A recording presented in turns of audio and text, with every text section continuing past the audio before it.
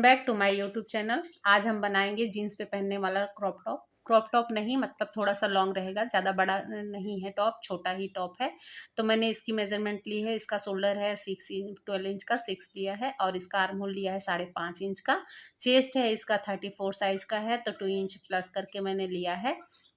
और इसकी ड्रॉ कर ली है मैंने आर्म होल। और इसका नेक है, बैक का नेक है 3 इंच का, इसकी विड्थ है 2.5 इंच की।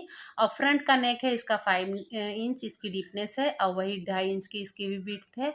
तो हम लोग इस स्क्वायर शेप में बनेगा, तो इसमें नीचे 2 इंच लिया है और ऊपर से 2.5 इंच है। तो उसके हिसाब से मैं ड्रॉ कर लूँगी। बीच का हमारा ये कर्व स्टाइल में है टॉप, तो हम बीच का 23 साइज का रखेंगे। 23 हमारी बीच की है, और जो हमारी साइड की है वो हमारी 28 इंच है। तो उस हिसाब से मैं अपनी लाइन ड्रॉ कर लूँगी। ये कर्व स्टाइल में बीच से शॉर्ट रहेगा और साइड से थोड़ा लॉन्ग रहेगा। उसके बाद मैं फिटिंग की सिलाई लगाऊंगी। जो हमारी कमर है उसकी विड्थ है हमारी 7.5 इंच की, तो मैं उसका भी निशान लगा लूँगी। मैंने कमर का नहीं लगाया है, तो अब कमर का मैं लगा रही हूँ। तो कमर में मैंने 30 साइज़ का है, तो मैंने 7.5 इंच पे निशान लगाया है। और चेस्ट का मैंने लगाया है 17 इसका आएगा, तो मैंने उसका हाफ करके लगाया है 8.5 इंच पे। तो इस चीज़ का ध्यान रखिए। 2 इंच इसमें मैं मार्जिन करके रखा है मैंने कपड़े के लिए, तो 2 इंच आप उसमें प्लस कर लीजिए। और उसके बाद हम पूरी तरह लाइन ड्रॉ कर लेंगे। पूरी तरह लाइन ड्रॉ करने के बाद ये हमारा 4 फोल्ड में कपड़ा है, तो ये हमारा 2 पीस निकल जाएगा। तो हम पहले बैक का पीस का कटिंग कर लेंगे। उसके बाद दोनों अलग करने के बाद हम अपने बैक फ्रंट का नेक और आर्म होल की कटिंग करेंगे। तो दोनों को निकाल लिया है मैंने, दोनों पीस अलग अलग कर लिए हैं। अब हम अपने आर्म होल की और नेक की कटिंग कर लेंगे, फ्रंट साइड की। उसकी भी कटिंग कर ली है मैंने। अब हम अपनी आर्म की शेप लगाएंगे। तो आर्म हमारी छोटी है, स्लीव हमारी बड़ी नहीं है। इसकी मैंने ली है, इसकी विड्थ ली है मैंने 7.5 इंच की। और फिर उसके बाद इसका लंबाई लिया है मैंने 4.5 इंच, क्योंकि 1 इंच इसमें स्टिचिंग में जाएगा, नीचे भी फोल्ड होगा, ऊपर भी जॉइंट होगा। तो 7.5 इंच की है। और बीच की लाइन मैंने 2 इंच पे लगाई है, डाउन वाली, क्योंकि ये ज़्यादा बड़ी नहीं है, तो ज़्यादा हम डाउन नहीं कर सकते हैं। तो 2 इंच पे मैंने लाइन ड्रॉ कर ली है। फिर उसके बाद नीचे का इसका मोरी है बाँह का 5.5 इंच, तो मैंने 6 इंच पे और 6.5 इंच पे निशान लगाया। फिर अपनी फिटिंग की भी सिलाई का भी निशान लगा लूँगी, जहाँ से हमको फिटिंग चाहिए, क्योंकि वहाँ से हमको शेप देनी है आर्म की। तो आर्म की मैंने शेप दे दी है, और उसके बाद इसकी लाइन ड्रॉ कर ली है। अब इसकी मैं कटिंग करूँगी। पूरी तरह कटिंग करने के बाद इसकी कटिंग करने के बाद ये हमारी 4 फोल्ड में कपड़ा है, तो हमारी दोनों स्लीव निकल जाएगी एक साथ ही। फिर हमारी कटिंग होने के बाद अब देखिए हमारे सारे पीस कटिंग हो गए। अब इसका नेक बनाऊंगी। तो नेक मैंने पहले ही ऑलरेडी कटिंग कर चुकी हूँ मैं, इसीलिए अब मैंने सोचा नहीं था मैं पेस्टिंग पेपर लगा के यूज़ करूँगी, लेकिन कपड़े की बैलेंस थोड़ी वैसी है, इसीलिए मैं पेस्टिंग पेपर का यूज़ करूँगी। तो मैंने नेक रख के और लाइन ड्रॉ कर ली है पेस्टिंग पेपर पे। अब उसी के हिसाब से मैं कटिंग कर लूँगी, और थोड़ा थोड़ा मार्जिन के लिए मैंने छोड़ दिया है पेस्टिंग पेपर को। और फिर उसके बाद मैं पूरी तरह कट कर लूँगी। कट करने के बाद जो हमारा मेन फैब्रिक है उस पर रख के मैं इसको पूरी तरह स्टिच कर लूँगी। तो हमारा पूरा नेक तैयार हो गया है, देखिए नेक कटिंग होके तैयार है। अब मेन फैब्रिक पे रख के मैं स्टिच करूँगी। अभी नेक में नहीं ज्वाइन करना है, अभी मेन फैब्रिक पे दूसरे कपड़े पे मैं रख के इसको स्टिच कर ले रही हूँ। इसकी स्टिच करने के बाद सारा ऐसे ही स्टिच कर लूँगी चारों तरफ से, जैसे मैंने पेस्टिंग पेपर रखा है ना, उससे ही उसी के ऊपर मैं स्टिच करती जाऊँगी। इसको कोई संभालते हुए की ज़रूरत नहीं है, क्योंकि पेस्टिंग पेपर है तो कहीं से कुछ प्रॉब्लम आती नहीं है, बहुत अच्छे से हो जाती है, कोई प्रॉब्लम नहीं आती। उसके बाद जो एक्स्ट्रा कपड़े हैं ना उनको कट कर लूँगी। कट करने के बाद मैं चार तरफ से अपने तीनों तरफ से फोल्ड कर लूँगी, जो हमारे स्टिचिंग में जाएंगे। और जो हमारे ऊपर की है वो हमारी जॉइंट में जाएगी। तो मैं तीनों तरफ ऐसे साइड में फोल्ड करते हुए उसको स्टिच कर लूँगी अच्छे से। ये हमारे फोल्डेड में जाएंगे। तो उनको स्टिच करने के बाद ही मैं अपने मेन फैब्रिक पे रखूँगी। मैंने गला पहले से कट कर लिया है, इसलिए थोड़ी सी सावधानी के साथ करनी पड़ेगी हमको, क्योंकि गला अगर नहीं कटिंग किया हुआ रहता है तो बहुत ईजिली हो जाता है, कोई प्रॉब्लम नहीं आती है। लेकिन मैंने गले की कटिंग कर ली है। मैंने सोचा था कोट पाइपिंग लगा के बनूंगी, लेकिन कपड़ा बहुत ज़्यादा फैल रहा है। तो गाइज़ अगर ऐसा फैलने वाला कपड़ा है तो आप भी प्लीज़ पेस्टिंग पेपर का ही यूज़ कीजिए, तो बहुत अच्छा गला बनता है। तो मैं इसके ऊपर रख के अब थोड़ी सावधानी के साथ, क्योंकि हमें को गला का शेप देखना है ना, कि पीछे की तरफ से हमारा कपड़ा छूटे उटे नहीं, इसलिए थोड़ा सा सावधानी के साथ हमको पूरा अपना गला को स्टिच कर लेना है।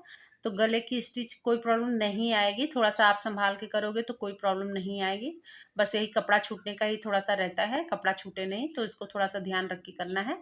तो हम अपनी गला को ऐसे ही पूरा पकड़ते हुए पूरा स्टिच कर लेंगे। तो गले की स्टिचिंग करने के बाद इसके बाद हमको गला हमारा तैयार हो जाएगा। तो गला में फिर उसके बाद हमको चाप सिलाई देनी होगी, क्योंकि ये सब पेस्टिंग वेस्टिंग पेपर यूज़ करने के बाद अगर फिनिशिंग नहीं आए गला में तो गंदा लगता है, अच्छा नहीं लगता है। इसीलिए थोड़ा सा चाप सिलाई दे दीजिए तो ज़्यादा अच्छा आता है। तुरपाई आप अपने अकॉर्डिंग कुछ भी कर सकते हो, तुरपाई भी कर सकते हो, लेकिन मैं चाप सिलाई फिर कॉर्नर कॉर्नर पे थोड़ा थोड़ा कट कर लूँगी। सिलाई को बचाते हुए आप कॉर्नर कॉर्नर पे कट कीजिए, ऐसे ही मत कीजिए कि इतना ध्यान रखिए कि सिलाई कटे नहीं हमारी। थोड़ा सा ध्यान करते हुए अब देखिए मैं इसके ऊपर सिलाई दे रही हूँ। आप अपने अकॉर्डिंग कुछ भी कर सकते हो, अगर आप चाहो तो तुरपाई भी कर सकते हो, लेकिन मैंने इसमें स्टिचिंग ही की है। तो स्टिचिंग मैं पूरी तरह से कर लूँगी, क्योंकि स्टिचिंग करने के बाद गला बहुत अच्छा बैठता है, बहुत अच्छे से उसमें फिनिशिंग आती है। तो वैसे ही स्टिचिंग कर लूँगी मैं। तो हमारा गला देखिए पूरी तरह से बन के तैयार हो जाएगा और बहुत अच्छी शेप आएगी। पेस्टिंग पेपर से बहुत अच्छी शेप आती है गले की। कोई भी कटिंग का गला हो, अगर आप पेस्टिंग पेपर का यूज़ करते हो तो बहुत अच्छी शेप आती है। देखिए कितनी अच्छी शेप आई है हमारे गले की, बहुत सुंदर से हमारा गला तैयार हो गया है। अब उसके बाद अब हम अपना शोल्डर जॉइन करेंगे। तो शोल्डर एक ही तरफ का जॉइन करना है, दोनों तरफ का नहीं करना है गाइस, क्योंकि अभी मैंने फ्रंट का बैक तैयार किया, अभी बैक का तैयार नहीं किया है। तो बैक का लिए मैं उरे पट्टी का यूज़ करूँगी। तो मैं उरे पट्टी लगाऊंगी बैक में। तो बैक में मैं उरे पट्टी ही लगाकर तैयार करूँगी। उरे पट्टी जो तिरछी पट्टी कटती है, तिरछे कपड़े में रख के उसी वही वाली पट्टी का यूज़ करूँगी। तो उसको भी लगा के मैंने तैयार कर लिया है, अपना स्टिच कर ले रही हूँ। तो थोड़ा सा संभाल के, थोड़ा सा शोल्डर से ज़्यादा जॉइंट कीजिए, क्योंकि वो भी पकड़ के सिलना रहता है, तो थोड़ा सा हमको कपड़ा चाहिए रहता है। इस चीज़ का ध्यान रखिए, जब आप शोल्डर जॉइंट कीजिए तो थोड़ा सा आप नेक की तरफ से कपड़ा बढ़ा लीजिए, क्योंकि वो हमारी स्टिचिंग में आगे का तो फ्रंट का तो तैयार हो गया, लेकिन पीछे के लिए तो हमको पकड़ के सिलने के लिए चाहिए, तब तो दोनों बराबर आएगा। तो इसके लिए हमको थोड़ा सा ज़्यादा करके कपड़ा शोल्डर जॉइंट करना पड़ता है। तो फिर उसके बाद मैंने स्टिच कर लिया है, अब इसको फोल्ड करके भी मैं स्टिच कर लूँगी। ऐसे स्टिच करने के बाद जो हमारा जो एक्स्ट्रा फैब्रिक रहेगा, अगर फोल्डेड साइड में जितना कपड़ा एक्स्ट्रा रहेगा उन सबको मैं कट कर लूँगी। तो फोल्डेड में ज़्यादा कपड़ा नहीं होना चाहिए, क्योंकि गले की फिनिशिंग अच्छी नहीं आती। इस चीज़ का ध्यान रखिए। अगर कोई भी कपड़ा एक्स्ट्रा है आपका, फोल्ड करने से ज़्यादा है आपका कपड़ा, तो उसको ट्रिम कर लीजिए, आप कटिंग कर लीजिए, तो अब फिनिशिंग बहुत अच्छी आती है। तो गले की फिनिशिंग, हमारी फिनिशिंग के साथ हमारा गला बन के तैयार हो गया है गाइस। अब हम अपना दूसरी तरफ का भी शोल्डर ज्वाइन कर लेंगे। दूसरी तरफ का भी शोल्डर ज्वाइन करने के बाद अब हम अपनी स्लीव भी ज्वाइन करेंगे। तो स्लीव हम अपनी सेंटर से यूज़ करेंगे लगाना। सेंटर से ही मैं स्लीव को लगाऊंगी। तो सेंटर में ही पकड़ के मैंने अपने स्लीव को स्टार्ट किया है लगाना। और वैसे ही दूसरी तरफ भी वैसे ही ज्वाइन करूंगी। तो दूसरी तरफ की भी वैसे ही स्लीव लगेगी। तो हमारी स्लीव भी लग के तैयार हो गई है गाइस। अब उसके बाद हम अपनी फिटिंग का निशान लगाएंगे। तो जो हमारी फिटिंग का निशान है ना, जो हमारा मार्जिन के बाद जो एक्स्ट्रा कपड़ा है, जो हमारी फिटिंग की निशान है, उसको हम लाइन पहले ड्रॉ कर लेंगे, पहले निशान लगा लेंगे, फिर उसके बाद फिटिंग का पूरा निशान बना लेंगे। तो निशान बनाने से ये आराम रहता है कि आपको पता रहता है कि आपको कहाँ से कहाँ तक स्टिच करनी है। साइड साइड से हमारा 6 इंच का खुला रहेगा। साइड साइड में हमने 6 इंच का खुला रखा है, ओपन रखा है। इसको मैं स्टिच नहीं करूँगी।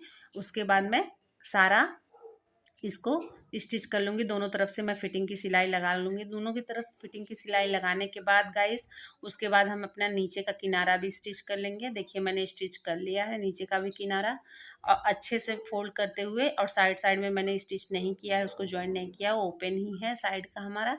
तो हमारा टॉप बनकर पूरी तरह से तैयार है गाइस। तो देखिए इसका फाइनल लुक कैसा आता है। बहुत सुंदर सा टॉप बनकर तैयार हुआ है गाइस।